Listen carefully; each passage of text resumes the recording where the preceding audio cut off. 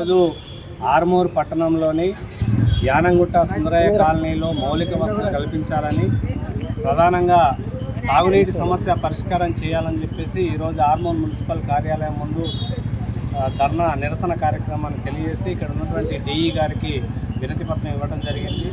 ముఖ్యంగా ఈరోజు ఆర్మూర్ పట్టణంలో ఏదైతే ప్రభుత్వ స్థలాలని ఇవాళ రియల్ ఎస్టేట్ వ్యాపారులు, ధనవంతులు, డబ్బున్నటువంటి వాళ్ళు మాత్రం కబ్జా చేస్తే వాళ్ళకి మంచి పర్మిషన్లు ఇస్తూ ఉన్నారు, ఇంటి నంబర్లు ఇస్తూ ఉన్నారు. కానీ పేదవాళ్ళు దాదాపు 10 సంవత్సరాల నుంచి అక్కడే నివాసం ఉండి మరి మాకు సమస్యలు పరిష్కారం చేయమని చెప్పేసి పాములు వచ్చినా, తేళ్ళు వచ్చినా రాత్రింబవళ్ళు వర్షానికి, ఎండకి, చలికి తట్టుకొని అక్కడే నివాసం ఉంటా ఉన్నారు. అక్కడ మౌలిక వసతులు కల్పించడానికి ఈరోజు ప్రభుత్వం కానీ, అధికారులు కానీ, పాలక వర్గాలు ఏమీ మాత్రం కూడా పట్టించుకున్నటువంటి పరిస్థితి కనబడట్లేదు. ఎందుకు మరి ప్రభుత్వం, పాలక వర్గం ఎవరి కోసం పనిచేస్తుందని చెప్పేసి మేము ప్రశ్నించదలుచుకున్నాం. కాబట్టి అక్కడ యానంగుట్ట సుందరయ్య కాలనీలో తాగటానికి మంచినీటి సౌకర్యం కల్పించాలని, రెగ్యులర్గా ట్యాంకరు పంపించాలని చెప్పేసి ఈరోజు తెలియజేయడం జరిగింది.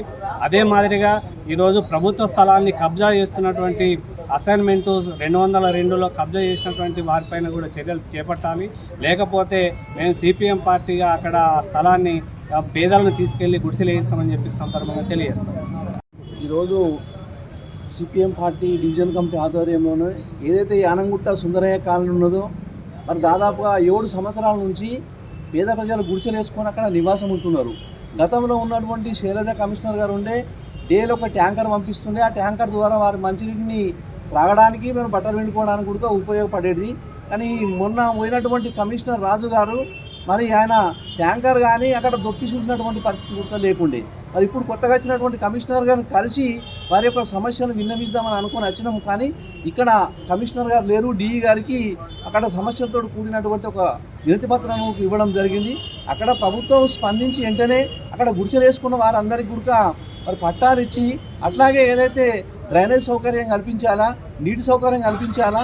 మరి అక్కడ ఏదైనా రాత్రిపూట అయితే పాములు, తేళ్ళు విపరీతంగా వస్తున్నాయి. మరి అవి కట్టడి చేయడానికి కూడా కరెంటు లేదు. రాత్రిపూట కరిస్తే హాస్పిటల్లకు పోవడానికి కూడా దారి కరెక్ట్ లేక ఈ యొక్క సమస్యను వీరికి తెలియడం జరిగింది. తక్షణమే కొత్త కమిషనర్ గారు దీన్ని స్పందించి డేలో ఒక ట్యాంకర్ పంపించి ఆ పేద ప్రజలను ఆదుకోవాల్సిందిగా మేము కమిషనర్ గారికి ఒక విజ్ఞప్తి చేస్తున్నాం.